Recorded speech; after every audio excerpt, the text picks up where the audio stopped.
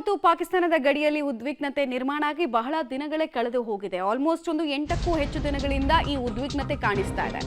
LOCಯಲ್ಲಿ ಯುದ್ಧದ ಸನ್ನಿವೇಶದಲ್ಲೂ ಪಾಕ್ನ ಕಿತಾಪತಿ ಮುಂದುವರಿತಾ ಇದೆ, ಮುಂಡಾಟ ಮುಂದುವರಿತಾ ಇದೆ. ಪಾಕಿಸ್ತಾನದಿಂದ ನಿರಂತರವಾಗಿ ಕದನ ವಿರಾಮ ಉಲ್ಲಂಘನೆ ಆಗ್ತಾ ಇದೆ. 9ನೇ ದಿನ ಸತತವಾಗಿ 9ನೇ ದಿನ ಕೂಡ ಸೇನೆಯಿಂದ ಅಪ್ರಚೋದಿತ ಗುಂಡಿನ ದಾಳಿ.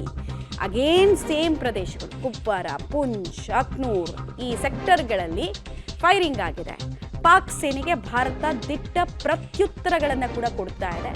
ಉದ್ವಿಗ್ನತೆ ಮತ್ತು ಯಾವಾಗ ಏನಾಗುತ್ತೋ ಅನ್ನುವಂತಹ ಅನಿಶ್ಚಿತತೆ ಎಲ್ಲವೂ ಕೂಡ ಮುಂದಾಗ್ತಾ ಇದೆ. ಪಾಕಿಸ್ತಾನ ಈಗಾಗಲೇ ಜಗತ್ತಿನ ಮುಂದೆ ಮಂಡಿಯೂರೋ ಪರಿಸ್ಥಿತಿಯಲ್ಲಿದೆ. ಇಷ್ಟಾದರೂ ಒಣಜಂಬವನ್ನು ಬಿಡ್ತಾ ಇಲ್ಲ. ಇಷ್ಟಾದರೂ ಅಲ್ಲಿನ ಜನರನ್ನ ಇನ್ನೂ ನಂಬಿಸೋ ಪ್ರಯತ್ನದಲ್ಲಿದೆ. ನೀವೇನು ಯೋಚನೆ ಮಾಡಬೇಡಿ, ನಮ್ಮ ಸೈನಿಕರು ಗಡಿಯಲ್ಲಿದ್ದಾರೆ, ಬೇಕಾದರೆ ನೋಡಿ ಅಪ್ರಚೋದಿತ ಗುಂಡಿನ ದಾಳಿಯನ್ನು ನಡೆಸ್ತೀವಿ ನೋಡಿ, ನಾವೇನು ಕಡಿಮೆ ಇಲ್ಲ ಅನ್ನೋದನ್ನ ತೋರಿಸೋದಕ್ಕೆ ಹೊರಟಿದ್ದಾರೆ.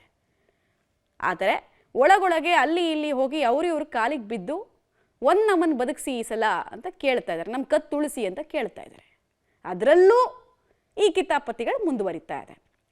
ಈ ಅಪ್ರಚೋದಿತ ಗುಂಡಿನ ದಾಳಿಗಳು ಯಾವಾಗ ಜಾಸ್ತಿ ಆಗುತ್ತೆ, ಹಾಗೆ 2-3 ಸಂದರ್ಭಗಳಿರುತ್ತೆ. ಒಂದು ಯಾವುದಾದ್ರೂ ಒಂದು ಭಾಗದಲ್ಲಿ ಸರ್ಜಿಕಲ್ ಸ್ಟ್ರೈಕ್ ರೀತಿಯಲ್ಲಿ ಆಪರೇಷನ್ಗೆ ಭಾರತ ಸಜ್ಜಾಗ್ತಾ ಇರ್ಬೋದು ಒಂದು, ಅಥವಾ ಎರಡನೇದು ಅಗೇನ್ ಇನ್ಫಿಲ್ಟ್ರೇಷನ್ ಅಂದರೆ ಒಳನುಸುಳುವಿಕೆಗೆ ಇನ್ನಷ್ಟು ಕುಮ್ಮಕ್ಕನ್ನು ಕೊಡೋ ನಿಟ್ಟಲ್ಲಿ ಹೆಜ್ಜೆ ಇಡ್ತಿರ್ಬೋದು. 2 ಆಯಾಮ ಇದೆ.